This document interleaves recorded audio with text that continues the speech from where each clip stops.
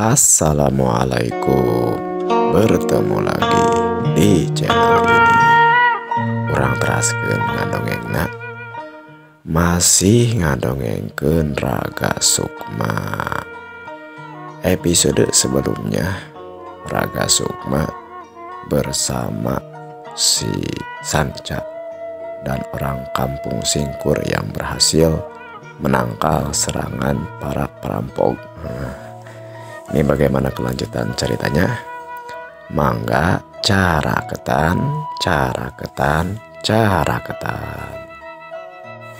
Singkat cerita, setelah kejadian di lembur Singkur tersebut, Sukma kembali lagi tinggal di rumahnya Mamang Braja.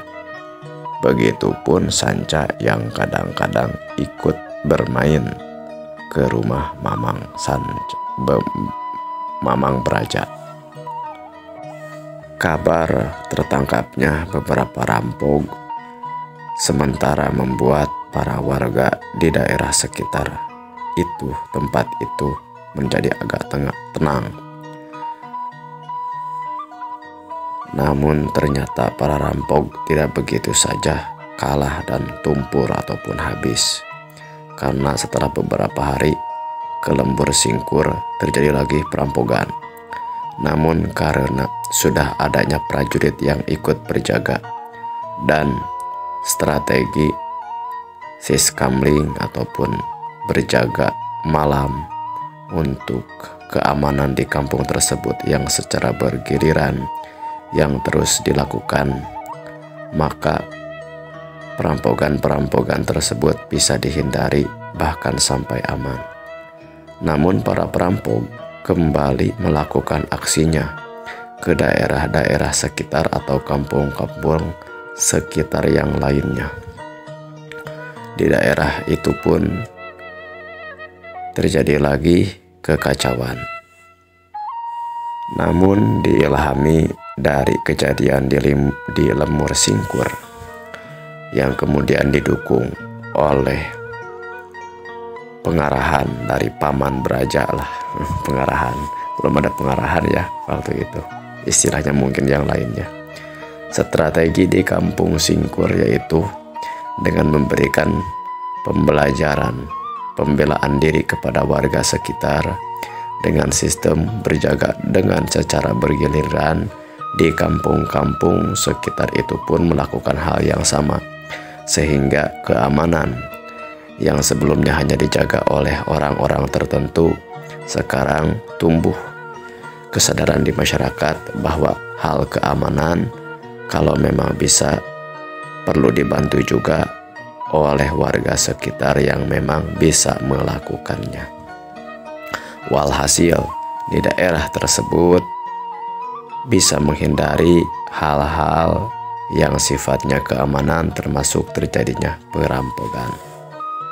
Di daerah kampung perkampungan sekitar daerah seolah-olah pemerintahan Mamang Braja mungkin menjadi agak aman dari hal perampokan.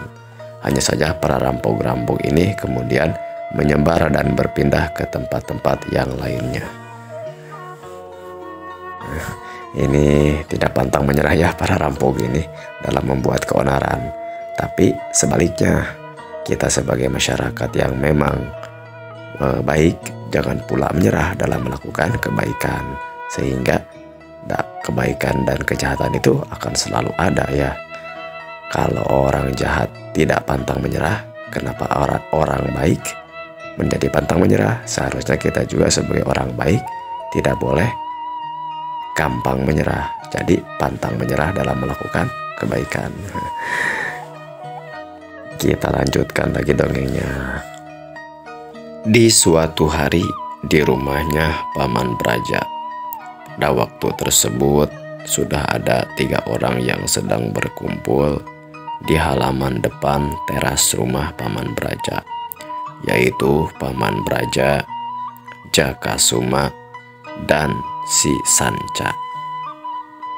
Terdengar Paman Braja berkata ataupun bertanya kepada Jakasuma, Jadi jika kamu ini sudah bulat tekadmu untuk melanjutkan ngalalananya, Paman kira di sini pun banyak hal yang bisa kamu lakukan. Kamu bisa membantu masyarakat yang ada di sekitar sini, jadi tidak harus pergi jauh-jauh. Terima kasih Paman, saya sangat menghargai sekali kasih sayang Paman kepada saya. Walaupun saya hanya keponakan Paman, saya rasa kanyaah Paman, kasih sayang Paman, perhatian Paman kepada saya sangat berarti buat saya. Tapi saya harus memegang teguh amanah dari kakek guru. Saya harus banyak pengalaman ini, mungkin dengan cara menjelajahi seluruh negara di negeri kita, di kerajaan kita. Mungkin akan banyak pengalaman seperti para rampok itu Paman. Mungkin ke kampung kita tidak ada lagi, tapi ternyata mereka pindah ke tempat-tempat yang lainnya. Saya merasa tertantang untuk bisa menyadarkan, atau ya minimal kalaupun tidak bisa kita membuat mereka habis, ya minimal beberapa orang mungkin bisa tertangkap ataupun dicegahlah kelakuan-kelakuan buruknya gitu Paman. Ya, Paman juga mengerti. Jadi kamu akan ditemani sama Sanca. Hihi, iya Paman. Kalau ya saya juga pengen banyak pengalaman Paman gitu ya. Di rumah sama ayah anda bapak gitu sudah dikasih izin. Apalagi ada kakak-kakak yang ya pakumaha orang tua si abah mah ada ada untuk bisa melindungi ataupun ada yang bisa membantu lah Paman gitu. Jadi ya sampai cari pengalaman juga, kali-kali aja saya ada jodoh Paman, ketemu jodoh itu. Kamu ada-ada saja. Kalau memang mau cari ilmu, cari pengalaman, ya cari pengalaman saja. Ya sudah, gak apa-apa. Jadi Paman juga jadi tenang. Kalau kalian berdua walaupun sama-sama muda, jadi ada tempat untuk berdiskusi ataupun mencari pendapat dan peluang. Jadi kalian kalau ada masalah pun bisa berpikir dengan dua pemikiran yang mungkin bisa jadi memberikan pertimbangan satu sama lain. Kalau Paman mah ya mengizinkan saja. Kalian mau lunta ataupun pergi untuk menjelajah, mencari pengalaman di luaran sana. Ya sudah, kalau memang tidak bisa dicegah lagi oleh Paman. Hanya saja kalau ada apa-apa, kalau ada keperluan, cepatlah kembali pulang. Jangan jangan lupa kalau mah cai ke tanah air, ke kampung di mana kamu pernah tinggal dan tempat kamu nanti akan mengabdi. Ya Paman, tentu saja pasti saya juga akan mengingat pesan Paman ini. Ya Paman, pastilah gitu mah. Tapi Paman, kira-kira kalau Paman ada usul gitu ya, ke arah mana ya kira-kira kalau saya mau menuju gitu, supaya ada tujuan arahnya gitu. Ya sebenarnya masih kemana aja gak jadi masalah Paman, gak ada tujuan juga gak apa-apa. Tapi merasa gak tenang gitu kalau kita mau bepergian gak ada tujuannya gitu arahnya. Kalau tujuannya mencari pengalaman, kalau pengalaman juga kan harus ada jalannya, harus ada tujuannya, mau kemana gitu. Mungkin Paman ada usulan Paman. Ya Paman juga jadi bingung atau kalau gitu mah. Tapi gini aja nih, kalau menurut Paman, coba saja kamu ke arah hilir. Lamun ti urang mah kalau dari kita di sini mah mungkin ke arah timur, agak ke selatan. Ya cari saja perkampungan-perkampungan yang mengarah ke timur dan juga mengarah ke selatan. Mungkin akan ada itu di sebelah sana juga. Kalau gak salah di daerah itu ada teman paman, teman seperguruan paman dulu waktu belajar. Jadi ya coba saja, cari saja orang yang bernama Aki Pecang. Sebenarnya dia masih muda, paling usianya seperti kakak paman, yaitu Kang Sangkuni. Hanya saja dia suka dipanggilnya Ki Pecang. Itu juga nama samaran, tapi ketelahnya dia terkenal dengan nama Ki Pecang. Coba saja cari Ki Pecang. Yaitu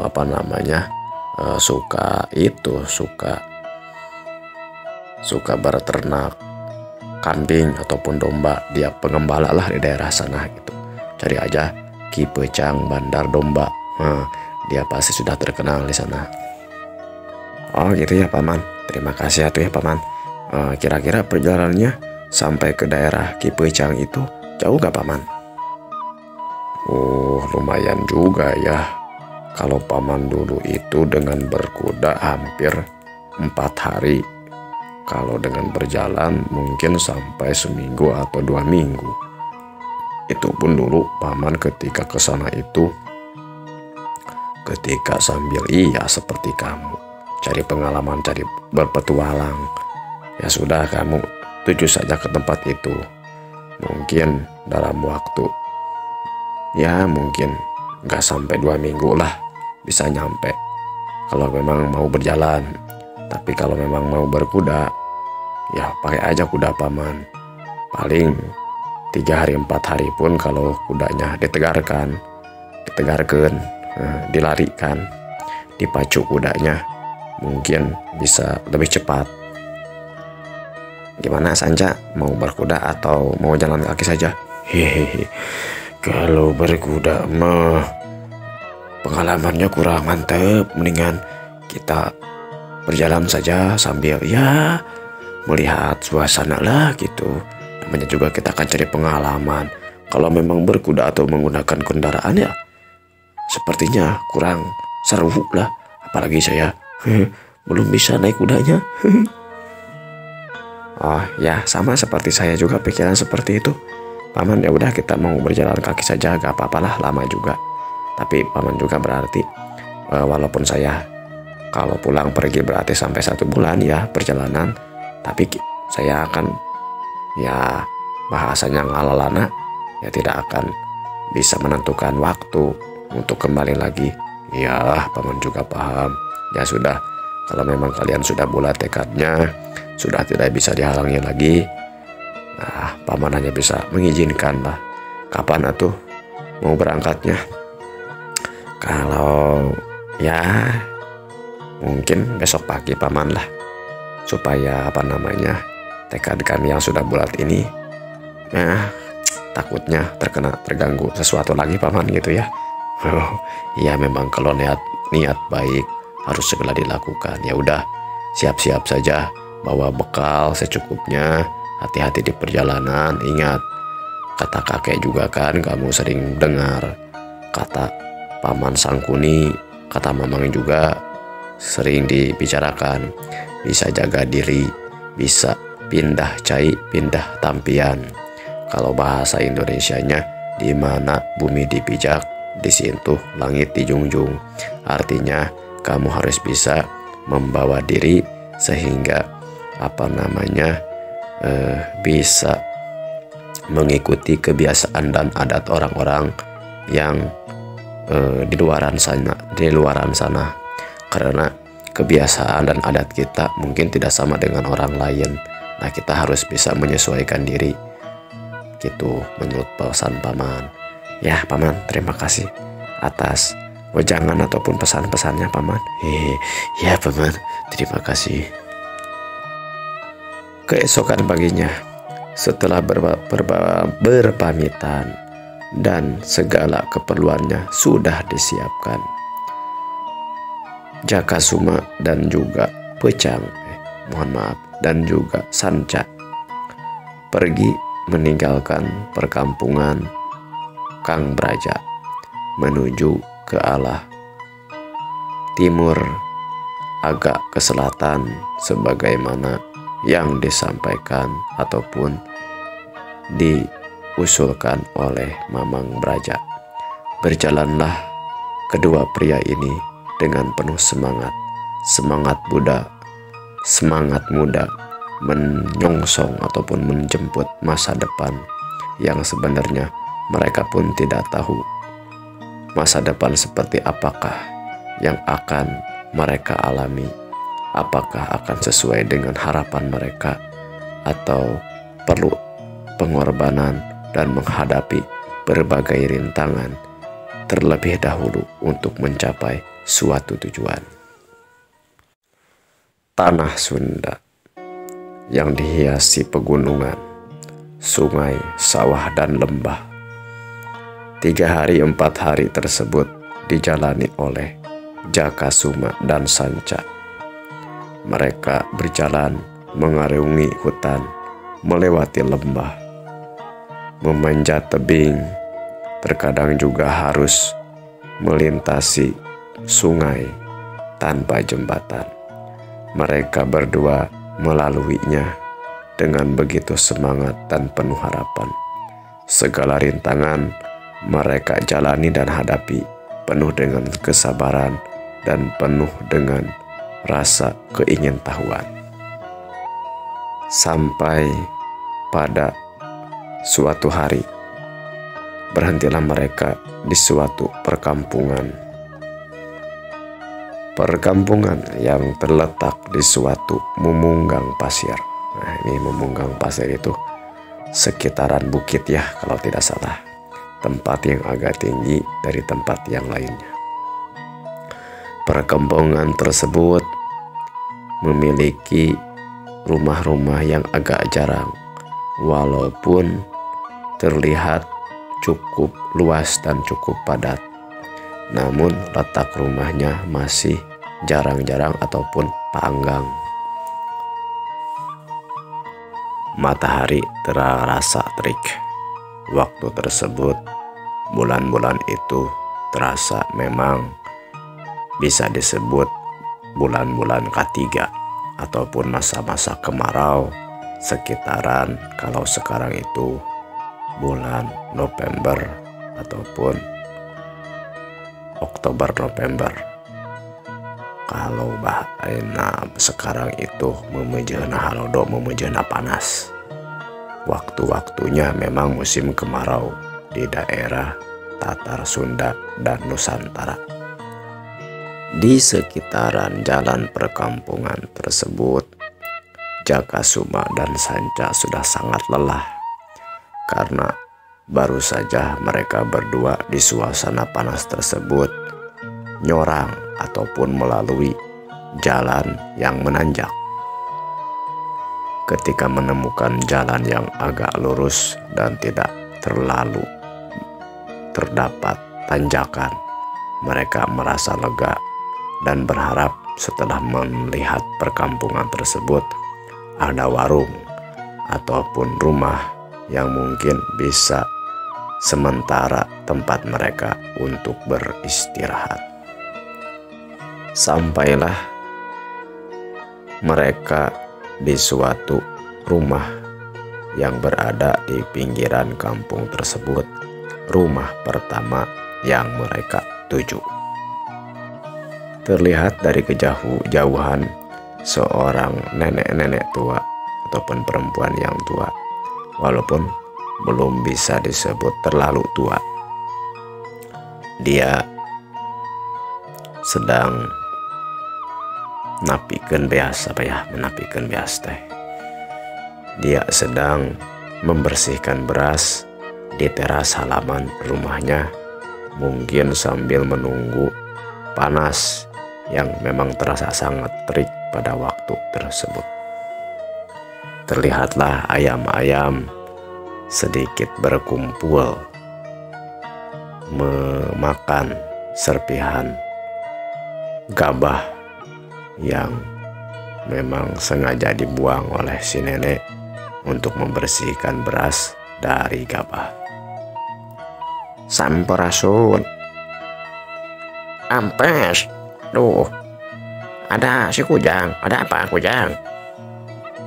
Ini Nek, saya boleh ikut berteduh Nek. Saya sudah bepergian jauh ini, ingin ikut istirahat gitu di sini Nek. Boleh? Mang Ujang, sok rebut we. Sukses saja Ujang ke dalam. Oh iya Nek, terima kasih Nek. Sama-sama. Ayo silakan duduk di sini, di tepas. Nyai, sini sebentar sambil bawa air kalau ada. Ini ada tatamu nih, katanya mau ikut istirahat. Kasihan, bawa air segera ya. Iya Nek. Terdengar suara si nenek langsung memanggil seseorang, mungkin anaknya, di dalam untuk membawa air, untuk memberikan jamuan, minimal air mungkin, kepada Jakasuma dan juga Sanca. Datanglah seorang gadis berwajah berparas cantik dengan kulit sawo matang hitam manis, membawa sekendi air dan juga tempat air minum yang terbuat dari batok kelapa. Disimpannya 2 batok kelapa tersebut, kemudian diisinya dengan air. Kemudian si nenek tadi menyilahkan Jakasuma dan juga Sanca yang masih terbengong-bengong, terkesima melihat kecantikan gadis tersebut yang baru saja menyediakan air buat mereka berdua. Nah, mulai nih timbul nih, apakah ada cerita romantis di dalamnya nih? Kita ikuti saja ceritanya ya. Nyai, apakah ada makanan di dapur? Kalau ada, kalau gak salah tadi kamu sudah merebus singkong. Ayo suguhkan saja, kita jamu. Anak muda ini kasihan kayaknya, sudah jauh-jauh ini dari perjalanan. Hari Ujang teh, dari mana ini teh, mau kemana? Kata si nenek sambil memandang Sanca dan juga Suma. Ini nenek, saya teh sama teman saya mau pergi ke arah perkampungan itu, Bojong Domba. Oh, Bojong Domba. Itu mah masih jauh Ujang. Mau cari domba atau gimana itu teh? Ini mah mamang saya, saudaranya ada dari daerah Bojong Domba tersebut, nenek. Jadi kalau ya supaya terparemen obor, silaturahmi tetap terjalin, jadi saya mau silaturahmi gitu nenek ke rumah temannya, teman dari paman saya itu gitu nenek. Oh, bagus. Memang kita sebagai manusia harus rajin silaturahmi. Itu banyak manfaatnya. Tidak lama kemudian datanglah kembali si cantik molek gadis. Gak tahu cucunya si nenek, gak tahu anaknya ini, yang sudah membawa makanan berupa singkong rebus yang kemudian disuguhkan kepada tetamu yang berada di depan rumahnya gadis tersebut.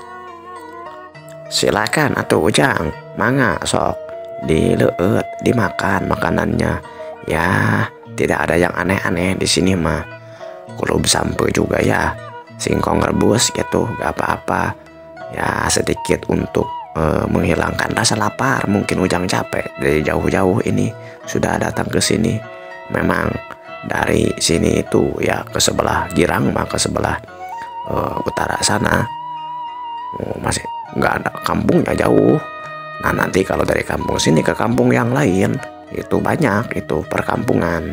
Jadinya wajar kalau mungkin agak capek Ujang berangkat.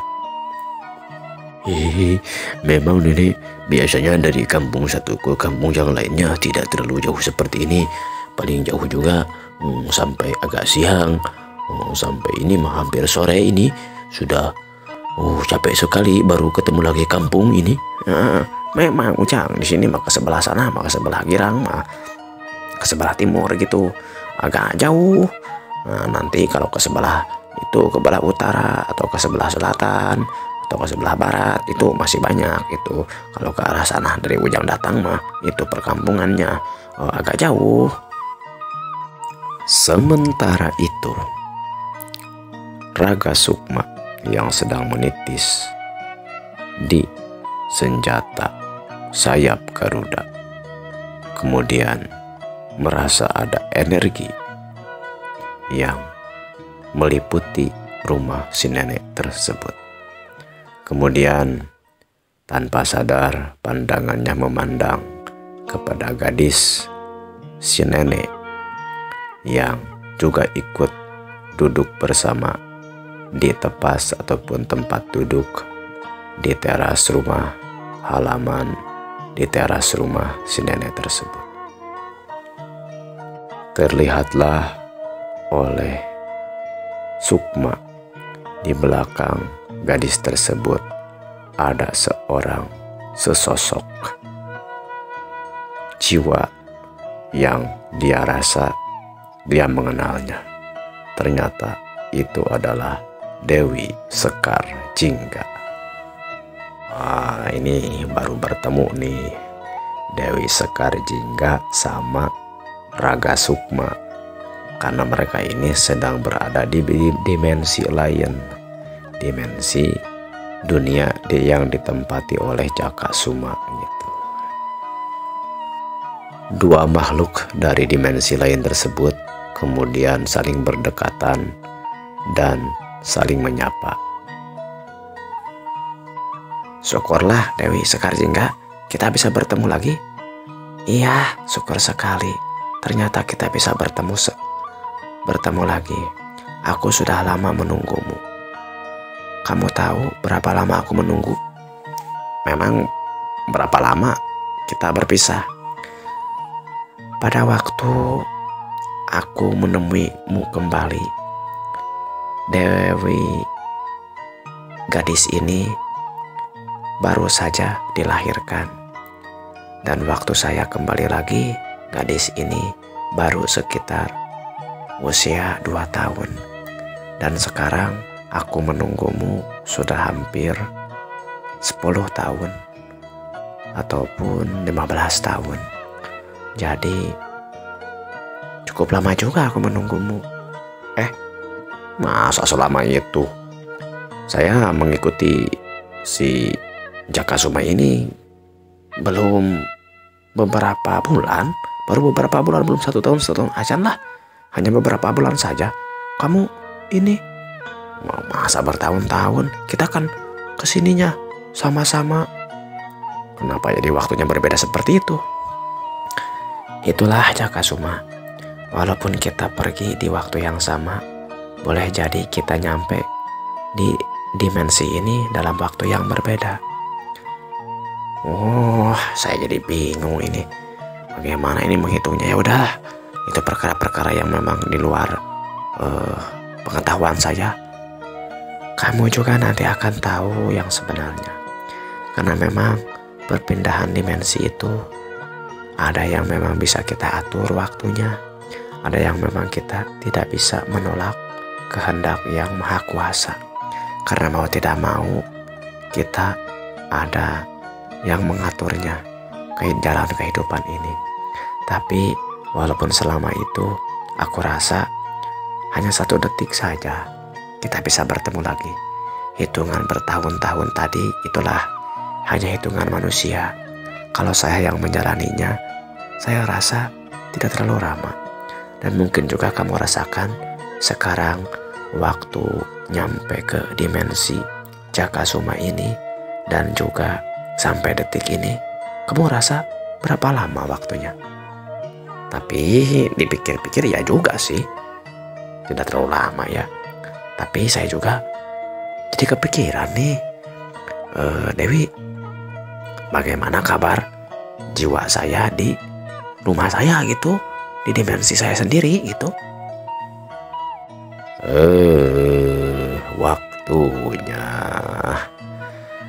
tidak terasa sudah habis. Ini memang berada di dimensi yang berbeda ya, antara Raga Sukma, Jaka Suma, Putri Sekar Jingga. Nah, disatukan dalam satu dimensi ketika berada di dimensi Jaka Suma. Nah, ini siapa gadis ini belum dijelaskan ya. Si nenek ini juga belum dijelaskan. Bagaimana kelanjutan ceritanya? Ya, kita bertemu lagi di episode selanjutnya. Semoga betah dan juga seneng hitung-hitung hiburan lah gitu ya. Yang suka silakan di like, yang pengen lagi silakan di subscribe sehingga video selanjutnya bisa segera disimak ataupun diikuti. Komennya juga diantosku Kang Dagol supaya Kang Dagol makin semangat tina ngadongeng. Sampai berjumpa lagi di episode selanjutnya. Semoga kita sehat selalu dan bahagia selalu. Wilujeng patepang deui permios.